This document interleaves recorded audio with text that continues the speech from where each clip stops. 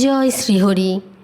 পরমেশ্বর ভগবান শ্রীকৃষ্ণ ও তার সমস্ত ভক্তবৃন্দ ও সমস্ত শ্রোতাবৃন্দ যারা এই ভাগবত কথা শ্রবণ করছেন তাদের সকলের উদ্দেশ্যে আমি আমার সশ্রদ্ধ প্রণতি নিবেদন করে শুরু করছি আজকের ভাগবত কথা।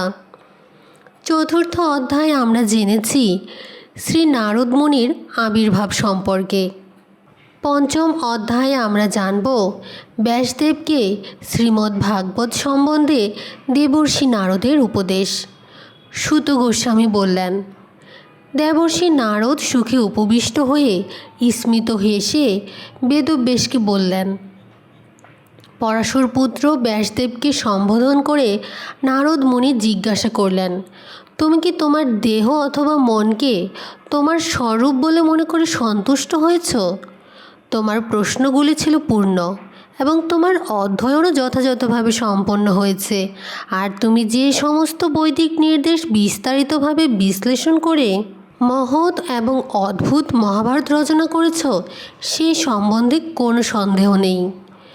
তুমি নির্বিশেষ ব্রহ্মতত্ত্ব পূর্ণরূপে উপলব্ধি করেছ এবং তৎসংলগ্ন জ্ঞান হৃদয়ঙ্গম করেছ। তথাপি হে প্রভু, তুমি কেন নিজেকে অকৃতার্থ বলে মনে করে বিষাদগ্রস্ত হয়েছ? শ্রী ব্যাসদেব বললেন, আপনি আমার সম্বন্ধে যা বলেছেন তা সম্পূর্ণ সত্য, কিন্তু এই সমস্ত সত্ত্বেও আমার হৃদয় সন্তুষ্ট হচ্ছে না। তাই আমি আপনাকে আমার এই অসন্তোষের মূল কারণ জিজ্ঞাসা করছি। কেননা স্বয়ম্ভূ ব্রহ্মার সন্তান আপনি, অসীম জ্ঞানের অধিকারী। হে প্রভু, সমস্ত গোপন তত্ত্ব সম্বন্ধে আপনি অবগত, কেননা আপনি এই জড়জগতের সৃষ্টিকর্তা ও ধ্বংসকর্তা এবং চিৎ জগতের পালনকর্তা পরমেশ্বর ভগবানের উপাসনা করেন, যিনি জড়জগতের তিনটি গুণের অতীত। সূর্যের মতো আপনি ত্রিভুবনের সর্বত্র বিচরণ করতে পারেন এবং বায়ুর মতো আপনি সকলের হৃদয়ে প্রবেশ করতে পারেন। আপনি অন্তর্যামীর মতো সর্বব্যাপ্ত। তাই দয়া করে আপনি খুঁজে দেখুন, ধর্ম আচরণে এবং ব্রত পালনে নিষ্ণাত থাকা সত্ত্বেও আমার অক্ষমতা কোথায়? শ্রী নারদ মুনি বললেন, তুমি পরমেশ্বর ভগবানের অত্যন্ত মহিমান্বিত এবং নির্মল কীর্তি যথাযথভাবে কীর্তন করনি। যে দর্শন পরমেশ্বর ভগবানের অপ্রাকৃত ইন্দ্রিয়গুলির সন্তুষ্টি বিধান করে না তা অর্থহীন। হে মহান ঋষি, যদিও তুমি ধর্ম আদি চতুর্বর্গ অত্যন্ত বিস্তৃতভাবে বর্ণনা করেছ, কিন্তু তুমি পরমেশ্বর ভগবান বাসুদেবের মহিমা বর্ণনা করনি। যে প্রাণী জগৎ পবিত্রকারী ভগবানের মহিমা বর্ণনা করে না তাকে শান্ত পুরুষেরা কাকেদের তীর্থ বলে বিবেচনা করেন। ভগবত ধামে নিবাসকারী পরমহংসরা সেখানে কোনো রকম আনন্দ অনুভব করেন না। পক্ষান্তরে যে সাহিত্য অন্তহীন পরমেশ্বর ভগবানের নাম, রূপ, যশ, লীলা ইত্যাদির বর্ণনায় পূর্ণ, তা দিব্য শব্দ তরঙ্গে পরিপূর্ণ এক অপূর্ব সৃষ্টি, যা এই জগতের উদ্ভ্রান্ত জনসাধারণের পাপপঙ্কিল জীবনে এক বিপ্লবের সূচনা করে। এই অপ্রাকৃত সাহিত্য যদি নির্ভুলভাবে রচিত নাও হয়, তবুও তা সৎ এবং নির্মল চিত্ত সাধুরা শ্রবণ করেন, কীর্তন করেন এবং গ্রহণ করেন। আত্ম উপলব্ধির জ্ঞান সব রকমের জড় সংসর্গবিহীন হলেও তা যদি অচ্যুত ভগবানের মহিমা বর্ণনা না করে তাহলে তা অর্থহীন। তেমনি যে সকাম কর্ম শুরু থেকেই ক্লেশদায়ক এবং অনিত্য, তা যদি পরমেশ্বর ভগবানের ভক্তিযুক্ত সেবার উদ্দেশ্যে সাধিত না হয় তাহলে তার কি প্রয়োজন? হে ব্যাসদেব, তোমার দৃষ্টি সর্বতোভাবে পূর্ণ, তোমার যশ নিষ্কলঙ্ক, তুমি দৃঢ়ব্রত এবং সত্য প্রতিষ্ঠ। তাই জনসাধারণের জড়বন্ধন মোচন করার জন্য তুমি সমাধিমগ্ন হয়ে পরমেশ্বর ভগবানের লীলাসমূহ দর্শন করতে পারো। ভগবানকে ছাড়া তুমি আর যা কিছু বর্ণনা করতে চাও তা সবই বিভিন্ন রূপ, নাম এবং পরিণাম রূপে মানুষের চিত্তকে উদ্বিগ্ন এবং উত্তেজিত করবে। ঠিক যেইভাবে একটি আশ্রয়বিহীন নৌকা বায়ুর দ্বারা তাড়িত হয়ে ইতস্তত বিক্ষিপ্ত হয়। জনসাধারণ স্বাভাবিকভাবেই ভোগের প্রতি আসক্ত এবং ধর্মের নামে তুমি তাদের তাতে আরও অনুপ্রাণিত করেছ। তা বিশেষভাবে নিন্দনীয় এবং অবিবেচকের মতো কাজ হয়েছে। তোমার দ্বারা এইভাবে নির্দেশিত হয়ে তারা ধর্মের নামে প্রবৃত্তি মার্গে লিপ্ত হবে এবং নিবৃত্ত মার্গ আর অনুসরণ করবে না। পরমেশ্বর ভগবান অসীম। জড় সুখভোগের বাসনা থেকে বিরত অত্যন্ত বিচক্ষণ ব্যক্তিরাই কেবল এই পারমার্থিক তত্ত্বজ্ঞান উপলব্ধি করার যোগ্য। তাই যারা জড় বিষয়াসক্তির ফলে এই স্তরে অধিষ্ঠিত হতে পারেনি, তোমার মতো মহৎ আশ্রয়সম্পন্ন ব্যক্তির কর্তব্য হচ্ছে পরমেশ্বর ভগবানের অপ্রাকৃত লীলাবিলাসের কাহিনী বর্ণনা করার মাধ্যমে তাদের পথ প্রদর্শন করা। ভগবানের প্রেমময়ী সেবায় যুক্ত হওয়ার জন্য যিনি জাগতিক কর্তব্য পরিত্যাগ করেছেন, অপক্ষ অবস্থায় যদি কোনো কারণে তার পতনও হয়, তবুও তার বিফল হওয়ার কোনো সম্ভাবনা থাকে না। পক্ষান্তরে অভক্ত যদি সর্বতোভাবে নৈমিত্তিক ধর্ম অনুষ্ঠানে যুক্ত হয়, তবুও তাতে তার কোনো ফল লাভ হয় না।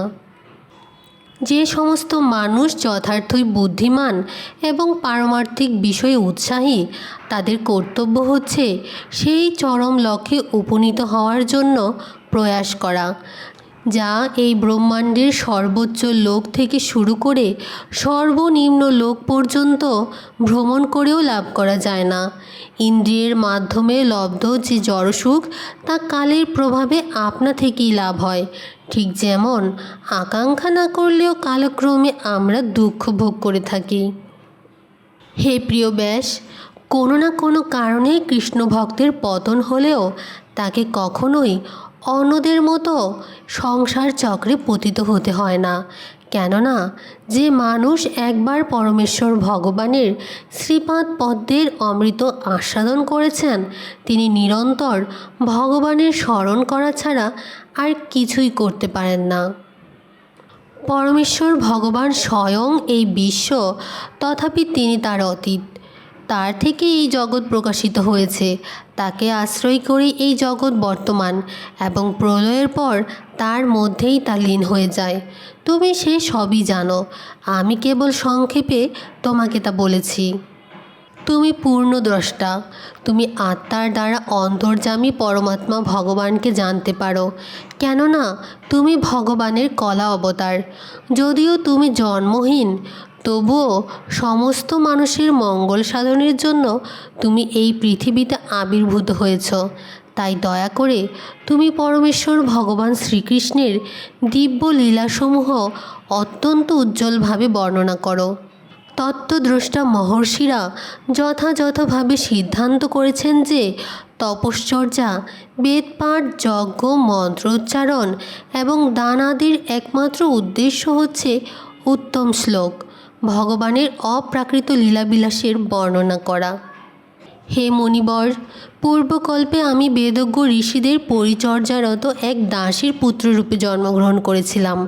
বর্ষাকালের 4টি মাসে তারা যখন একত্রে বসবাস করছিলেন, তখন আমি তাদের সেবায় নিযুক্ত হয়েছিলাম। যদিও তারা ছিলেন সমদর্শী, সেই বেদজ্ঞ মুনিরা তাদের অহৈতুকী করুণার প্রভাবে আমাকে আশীর্বাদ করেছিলেন। যদিও আমি তখন ছিলাম একটি বালক মাত্র, কিন্তু তবুও আমি ছিলাম সংযত এবং সব রকমের শিশুসুলভ খেলাধুলার প্রতি উদাসীন। তদুপরি আমি দুরন্ত ছিলাম না এবং আমি প্রয়োজনের অতিরিক্ত কথা বলতাম না। একবার কেবল অনুমতি গ্রহণপূর্বক আমি তাদের উচ্ছিষ্ট গ্রহণ করেছিলাম এবং তার ফলে আমার সমস্ত পাপ তৎক্ষণাৎ বিদূরিত হয়েছিল। তার ফলে আমার হৃদয় নির্মল হয় এবং সেই সময় সেই পরমার্থবাদীদের আচরণের প্রতি আমি আকৃষ্ট হই।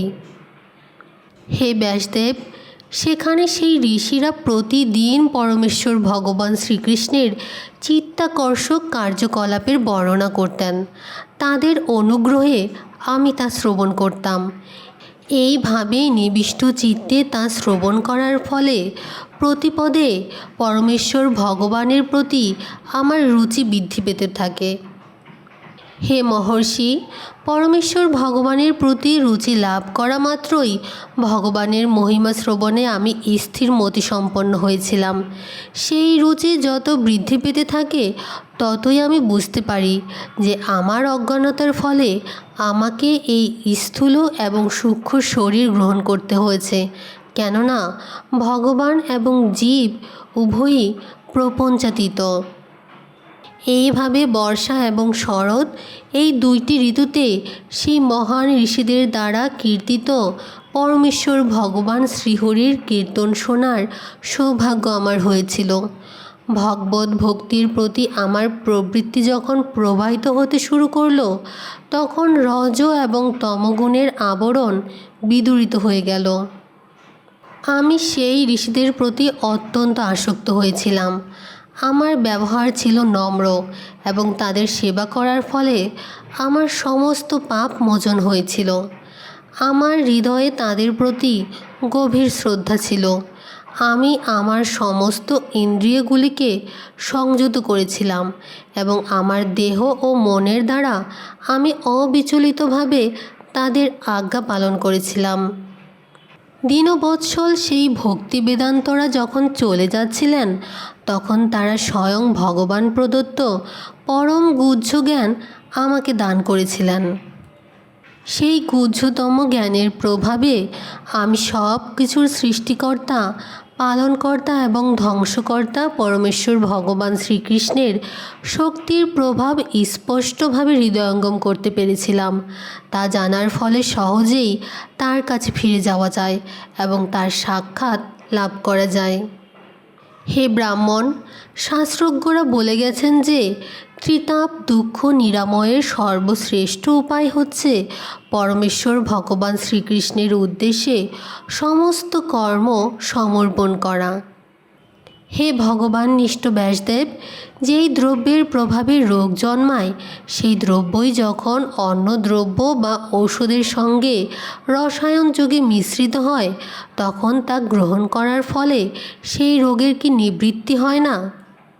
মানুষের নৈমিত্তিক কাম্যকর্মসমূহ সংসার বন্ধন বা যোনি ভ্রমণের কারণ, কিন্তু সেই সমস্ত কর্মই যখন পরমেশ্বর ভগবানের উদ্দেশ্যে সমর্পিত হয়, তখন তা কর্মরূপী বৃক্ষকে বিনাশ করতে সমর্থ হয়।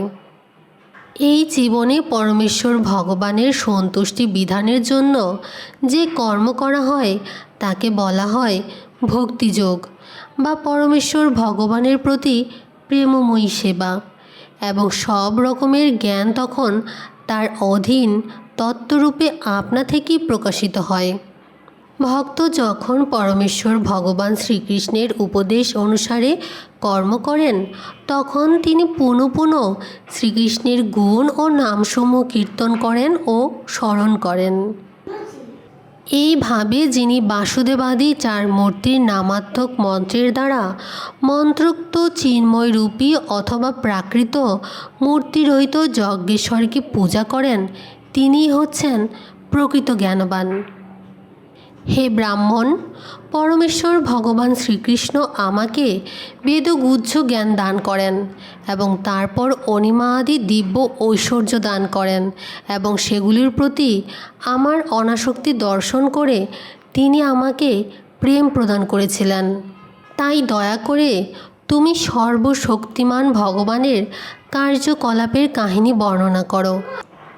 হে ব্রাহ্মণ, পরমেশ্বর ভগবান শ্রীকৃষ্ণ আমাকে বেদগুহ্য জ্ঞান দান করেন এবং তারপর অনিমা আদি দিব্য ঐশ্বর্য দান করেন এবং সেগুলোর প্রতি আমার অনাসক্তি দর্শন করে তিনি আমাকে প্রেম প্রদান করেছিলেন। তাই দয়া করে তুমি সর্বশক্তিমান ভগবানের কার্যকলাপের কাহিনী বর্ণনা করো, যা তুমি তোমার বিশাল বৈদিক জ্ঞান থেকে জানতে পেরেছ, কেননা তা জানলে মহান বিদ্বানদের সব কিছু জানা হয় এবং সেই সঙ্গে সাধারণ মানুষেরা যারা নিরন্তর জড়জাগতিক দুঃখ ভোগ করছে তাদের দুঃখ দুর্দশার সমাপ্তি হয়। এছাড়া দুঃখ নিবৃত্তির আর কোনো উপায় নেই। জয় শ্রীহরি। ষষ্ঠ অধ্যায়, নারদ মুনি এবং ব্যাসদেবের কথোপকথন। ওম নমো ভগবতে বাসুদেবায়। সুত গোস্বামী বললেন, হে ব্রহ্মজ্ঞগণ, এইভাবে দেবর্ষি নারদের জন্ম এবং কর্মবৃত্তান্ত শ্রদ্ধা সহকারে শ্রবণ করে সত্যবতী তনয় ভগবানের শক্তাবেশ অবতার শ্রী ব্যাসদেব শ্রী নারদকে পুনরায় জিজ্ঞাসা করলেন। শ্রী ব্যাসদেব বললেন, আপনার সেই গুহ্য ভগবত তত্ত্বজ্ঞান বিষয়ে উপদেশদাতা পরিব্রাজকেরা যখন দূরদেশে গমন করলেন তখন পূর্ব জীবনের সেই বাল্যাবস্থায় আপনি কি করেছিলেন? হে ব্রহ্মার পুত্র, আপনি দীক্ষা গ্রহণের পর কিভাবে আপনার জীবন অতিবাহিত করেছিলেন এবং আপনার পূর্ব দেহ যথাসময়ে ত্যাগ করার পর কিভাবে আপনি এই দেহ প্রাপ্ত হন? হে মহর্ষি, যথাসময়ে কাল সব কিছু বিনাশ করে, তাহলে কিভাবে এই বিষয়বস্তু কালের দ্বারা প্রভাবিত না হয়ে আপনার স্মৃতিতে এখনও উজ্জ্বলভাবে বিরাজ করছে? শ্রী নারদ মুনি বললেন, সেই মহর্ষিরা যারা আমাকে পারমার্থিক তত্ত্বজ্ঞান দান করেছিলেন তারা দূর দেশে গমন করলেন এবং আমি এইভাবে আমার জীবন অতিবাহিত করেছিলাম। আমার মাতা ছিলেন একজন অতি সাধারণ স্ত্রীলোক এবং তিনি ছিলেন দাসী। আমি ছিলাম তার একমাত্র পুত্র। আমি ছাড়া তার আর অন্য কোনো আশ্রয় ছিল না। তাই তিনি আমাকে তার স্নেহের বন্ধনে আবদ্ধ করে রেখেছিলেন। তিনি যথাযথভাবে আমাকে প্রতিপালন করতে চাইতেন, কিন্তু যেহেতু তিনি স্বতন্ত্র ছিলেন না তাই তিনি আমার জন্য কিছুই করতে পারতেন না। এই জগৎ সর্বতোভাবে পরমেশ্বর ভগবানের নিয়ন্ত্রণাধীন, তাই সকলেই তার হাতের কাঠের পুতুলের মতো। আমার বয়স যখন 5 বছর তখন আমি ব্রাহ্মণদের বিদ্যালয়ে অবস্থান করছিলাম। আমি আমার মায়ের স্নেহের উপর নির্ভরশীল ছিলাম এবং আমার কোনোই অভিজ্ঞতা ছিল না। এক সময়ে আমার অভাগিনী মা যখন রাত্রিবেলা গোদহন করতে যাচ্ছিলেন তখন মহাকালের প্রভাবে তার পায়ের দ্বারা আহত একটি সর্প তাকে দংশন করে। সেই ঘটনাটিকে আমি ভক্তবৎসল ভগবানের বিশেষ কৃপা বলে মনে করে উত্তর দিকে যাত্রা করি। গৃহত্যাগ করার পর আমি বহু সমৃদ্ধশালী জনপদ, নগর, গ্রাম, গোচারণভূমি, খনি, ক্ষেত, উপত্যকা, বাগান, উপবন এবং বন অতিক্রম করেছিলাম। আমি স্বর্ণ, রৌপ্য এবং তাম্র আদি ধাতুতে পূর্ণ পাহাড় এবং পর্বত অতিক্রম করেছিলাম এবং সুন্দর পদ্মফুলে সুশোভিত বিভ্রান্ত ভ্রমর এবং সঙ্গীত মুখর পাখিদের দ্বারা অলঙ্কৃত স্বর্গের দেবতাদের উপযুক্ত জলাশয় এবং স্থলভূমি অতিক্রম করেছিলাম।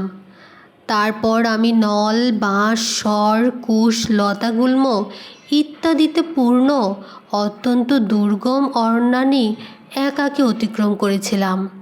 আমি ভয়ঙ্কর অন্ধকারাচ্ছন্ন বিপদসংকুল বনের মধ্য দিয়ে গিয়েছিলাম, যা ছিল সর্প, পেচক এবং শৃগালদের বিচরণ ক্ষেত্র।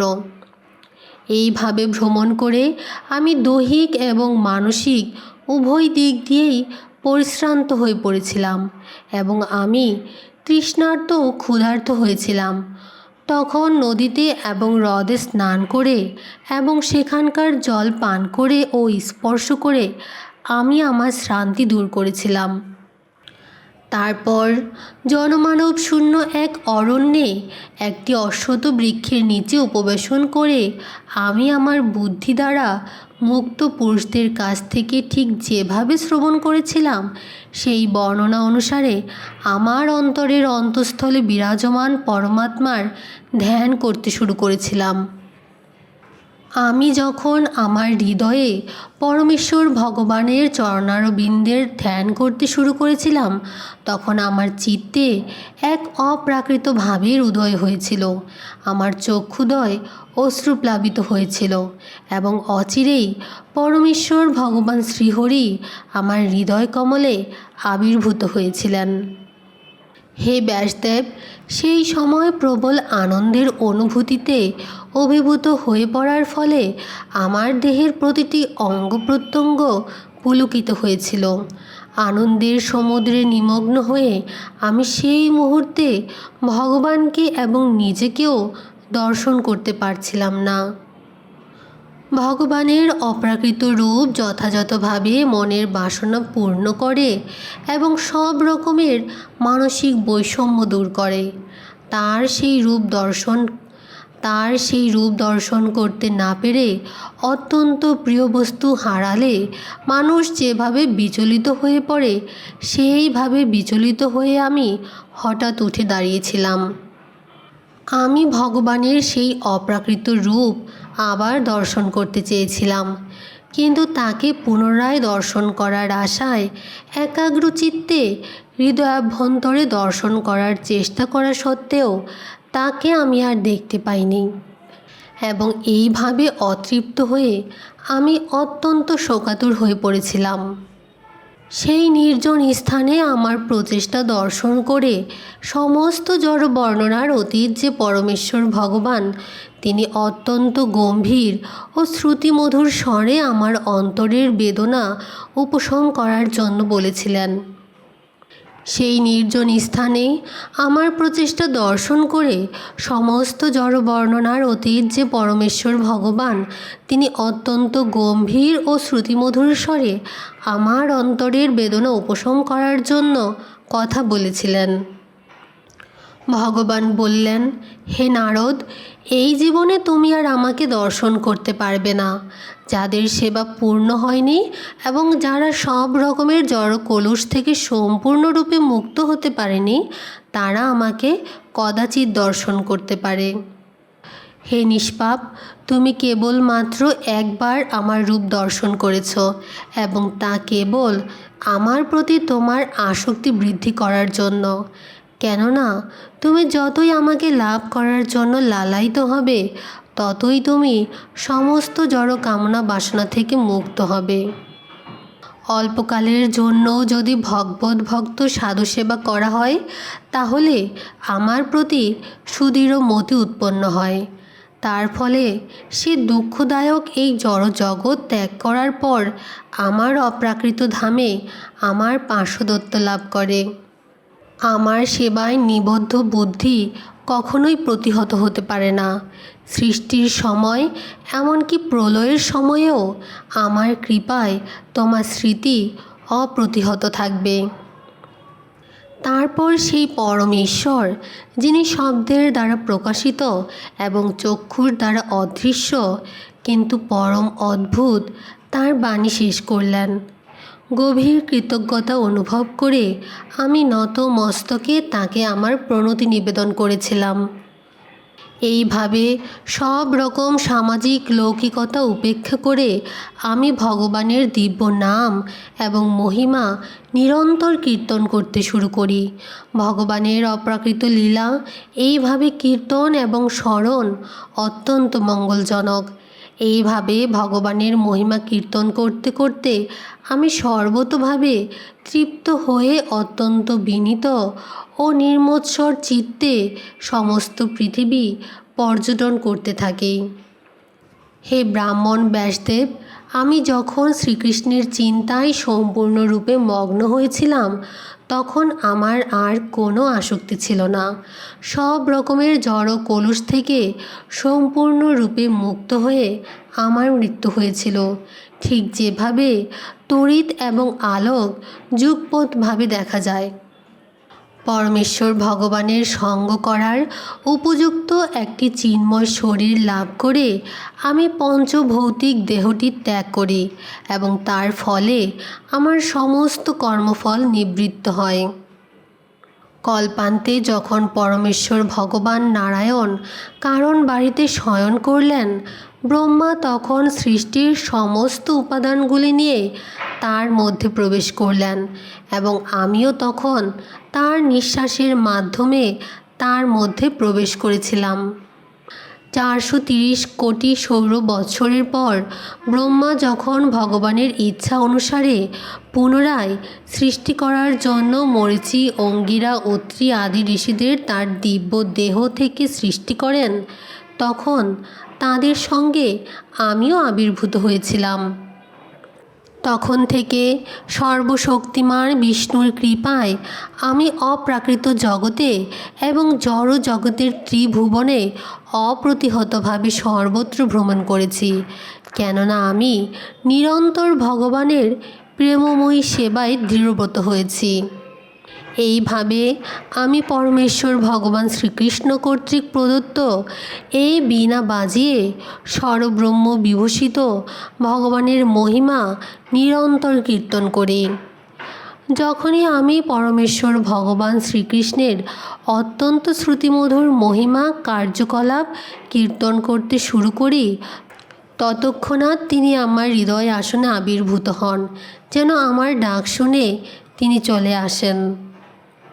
আমি আমার ব্যক্তিগত অভিজ্ঞতার মাধ্যমে দেখেছি যে যারা সর্বদাই ইন্দ্রিয়ের দ্বারা বিষয়ভোগ বাসনায় আতুর, তারা এক অতি উপযুক্ত নৌকায় করে ভবসিন্ধু পার হতে পারে। তা হচ্ছে নিরন্তর ভগবানের অপ্রাকৃত মহিমা কীর্তন করা। যোগ প্রণালীর দ্বারা ইন্দ্রিয় সংযমের অনুশীলনের মাধ্যমে কাম এবং লোভের প্রভাব থেকে মুক্ত হওয়া যেতে পারে, কিন্তু আত্মার অভ্যন্তরীণ পরিতৃপ্তির জন্য তা যথেষ্ট নয়। এই পরিতৃপ্তি কেবল পরমেশ্বর ভগবানের ভক্তিযুক্ত সেবার মাধ্যমেই লাভ করা যায়। হে ব্যাসদেব, তুমি নিষ্পাপ, তাই তোমার প্রশ্ন অনুসারে আমি আমার জন্ম এবং কার্যকলাপের কথা তোমাকে বললাম, তা তোমার সন্তুষ্টি বিধানেরও সহায়ক হবে। সুত গোস্বামী বললেন, এইভাবে বাসবী সুত ব্যাসদেবকে নির্দেশ দিয়ে শ্রীল নারদ মুনি তাঁর কাছ থেকে বিদায় নিলেন এবং তার বীণা বাজাতে বাজাতে তিনি তার ইচ্ছাক্রমে বিচরণ করার জন্য সেখান থেকে প্রস্থান করলেন। শ্রীল নারদ মুনির সাফল্য জয়যুক্ত হোক, কেননা তিনি পরমেশ্বর ভগবানের মহিমা কীর্তন করেন এবং তা করে তিনি আনন্দ আস্বাদন করেন এবং দুঃখ দুর্দশা ক্লিষ্ট জগৎকে আনন্দ দান করেন।